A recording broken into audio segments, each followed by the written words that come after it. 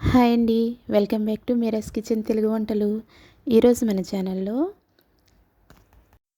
ఇన్స్టెంట్గా ఎలాంటి పప్పు వాడకుండా అప్పటికప్పుడు అయిపోయే ఇడ్లీ చాలా ఈజీగా చూద్దామండి.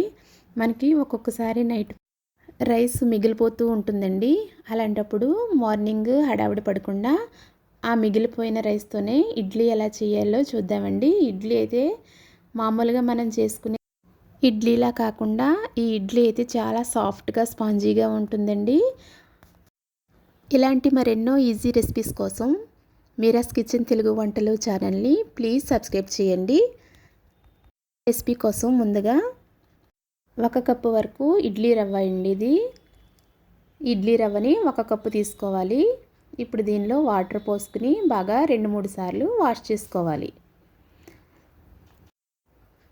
బాగా వాష్ చేసుకున్న రవ్వని కొద్దిగా వాటర్ పోసుకుని ఒక 5 నిమిషాలు పక్కన పెట్టుకోవాలండి. ఈలోగా అది నానుతుంది. ఇప్పుడు మనం ఏ కప్పుతో అయితే రవ్వ తీసుకున్నామో అదే కప్పుతో ఫుల్గా రైస్ తీసుకోవాలండి. ఈ విధంగా మిక్సీలో వేసేసుకుని రైస్ తీసుకున్న కప్పుతోనే అరకప్పు వరకు పెరుగు వేసుకోవాలండి.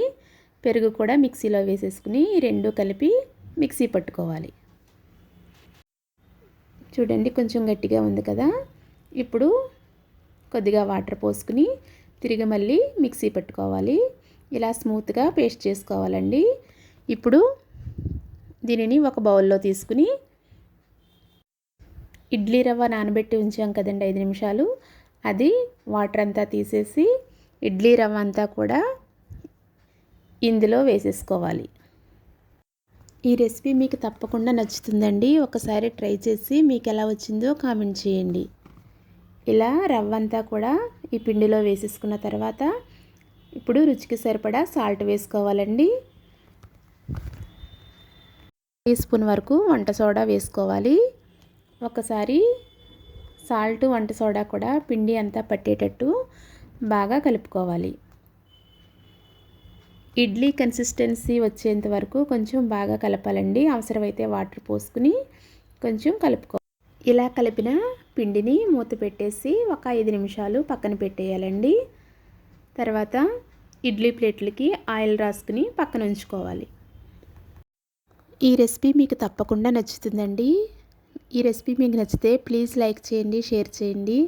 కొత్తగా మన ఛానల్ని చూసేవారు ఎవరైనా ఉంటే please subscribe my channel and support me. ఇప్పుడు 5 నిమిషాల తర్వాత కొంచెం వాటర్ పోసానండి. తర్వాత దీనిలోకి కొద్దిగా తురిమిన క్యారెట్ కూడా వేసాను.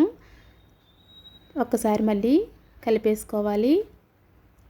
ఇలా కలుపుకున్న పిండిని మనం ఇడ్లీ ఎలా అయితే వేసుకుంటామో అదే విధంగా ఇడ్లీ ప్లేట్లో వేసేసుకుని ఇడ్లీ కుక్కర్లో ఒక 2 గ్లాసుల వాటర్ పోసుకుని స్టవ్ మీద పెట్టి మరిగించాలండి.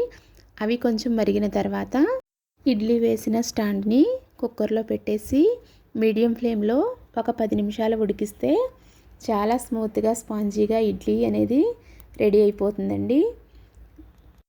ఈ రెసిపీ తప్పకుండా ట్రై చేయండి. చాలా బాగుంది, మీకు అందరికీ నచ్చుతుంది బాగా. Thank you for watching friends.